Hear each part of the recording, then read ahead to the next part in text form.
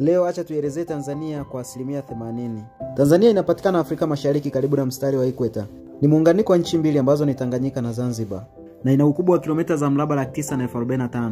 Inapakana na Kenya na Uganda upande wa kaskazini. Kusini inapakana na nchi ya Zambia, Malawi na Mozambiki. Magharibi inapakana na nchi ya Rwanda, Burundi na Jamhuri ya Kidemokrasia ya Kongo. Na upande wa mashariki inapakana na Bahari ya Hindi.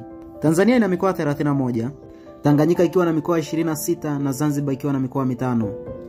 Dodoma ndo mji mkuu na unapatikana katikati mwa Tanzania, unatumika hasa katika shughuli za utawala. Dar es Salaam ndo mji mkuu wa kibiashara na una wakazi zaidi ya milioni 7.78. Unapatikana uwanja wa ndege mkubwa wa Mwalimu Julius pamoja na bandari ya Dar es Salaam. Miji mingine ni Mwanza, Mbeya na Arusha. Kijiografia, Tanzania inapitiwa na bonde kubwa la Ufa ambalo linaitwa East African Rift Valley. Pitio hili la bonde la Ufa linasababisha kuwepo kwa milima mingi ya volkano.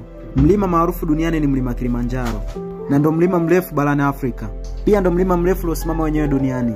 Mlima Kilimanjaro una aina 5 tofauti za tabia ya nchi zilizosababishwa na urefu wake, kama jangwa, misitu na nyingine. Pia pitio la bonde la Ufa limesababisha kuwepo kwa maziwa makubwa 3 hapa kwetu. Ziwa Victoria ndo ziwa la kwanza kwa ukubwa barani Afrika na ziwa la pili duniani kwa kuwa na maji safi, na inasadikika ndo chanzo kikuu cha mto Nile.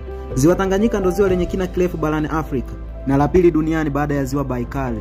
Na la mwisho ni ziwa Nyasa ambalo linatenganisha kati ya Tanzania na Malawi, sometimes linaitwa ziwa Malawi, linalopakana na ziwa Rukwa. Mto mrefu hapa Tanzania ni mto Rufiji. Una urefu wa kilomita 600 na ndo mto pekee unaomwaga maji baharini. Inachangia uwepo wa wingi wa misitu ya miti aina ya mikoko ambayo inaota kando mwa bahari. Kaskazini mwa Tanzania linapatikana ziwa hatari zaidi kuliko yote duniani ambalo ni ziwa Natron. Maji ya ziwa hili yanaonekana katika rangi nyekundu na hubadilisha miili ya ndege na wanyama kuwa kama maiti za Waegypti wa zamani. Ni ziwa lenye chumvi nyingi na lina kiwango kikubwa cha kemikali itwayo alkaline na madini ya sodium carbonate. Hivyo naamini kwamba wanyama wote wanaopatikana Afrika hapa kwetu Tanzania tunao. Tuna jumla ya idadi za hifadhi za taifa 22. Hifadhi ya taifa ya Gombe ni maarufu kwa utalii wa utafiti na usomaji wa sokwe. Pia tuna maeneo mazuri ya kutembelea hapa kwetu ambayo yanavutia zaidi kama Serengeti na Ngorongoro. Serengeti ni hifadhi bora barani Afrika ikiwa inaongoza kwa makundi makubwa ya nyumbu wanaohama kutoka eneo moja kwenda eneo jingine.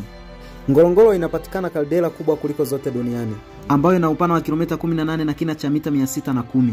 Ngorongoro Crater ni eneo dogo ambalo linamiliki wanyama wengi na wazuri. Na ndio eneo la pekee duniani ambalo unaweza kaona Big 5 animals kwa muda mchache na siku moja. Tanzania ina utajiri mkubwa wa madini kama dhahabu, diamond, chuma, shaba, uranium, mkaa, gesi na tanzanite. Hekta zaidi ya milioni 335 zimehifadhiwa kama misitu ya asili na misitu ya kupanda. Hali hii husababisha mavuno ya mbao ya miti aina mbalimbali. Maeneo mengine hutumika katika shughuli za kilimo na ni moja ya nchi ambazo zinapokea mvua nyingi na hali hii husababisha ukijani. Tanzania ina wakazi zaidi ya milioni 67.44 ikishika nafasi ya 5 barani Afrika kwa kuwa na wingi wa watu. Upande wa Tanganyika kuna wakazi zaidi ya milioni 65.54 huku Zanzibar ikiwa na wakazi zaidi ya milioni 1.89. Tanzania kuna makabila 120 ila wote tunaunganishwa katika lugha ya Kiswahili. Makabila maarufu kwa utalii kama Masai, Datoga na Hadzabe. Pia wanapatikana wageni ambao ni Waarabu, Wahindi na Wazungu. Kiswahili ni lugha ya taifa ya Tanzania ila Kiingereza hutumika kufundishia shuleni na vyuoni. Upande wa Zanzibar hutumia hasa Kiswahili na Kiarabu. Asilimia 61.4 ya Watanzania ni Wakristo na asilimia 35.2 ni Waislamu, huku asilimia 95 ya Wazanzibar wote ni Waislamu. Kiufupi, Tanzania tuna utajiri wa tamaduni, vitu vya asili na vyanzo vya kipato.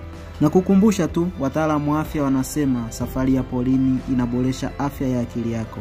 Asanteni kwa kunisikiliza. Mimi naitwa Jafari na ni mwongoza watalii.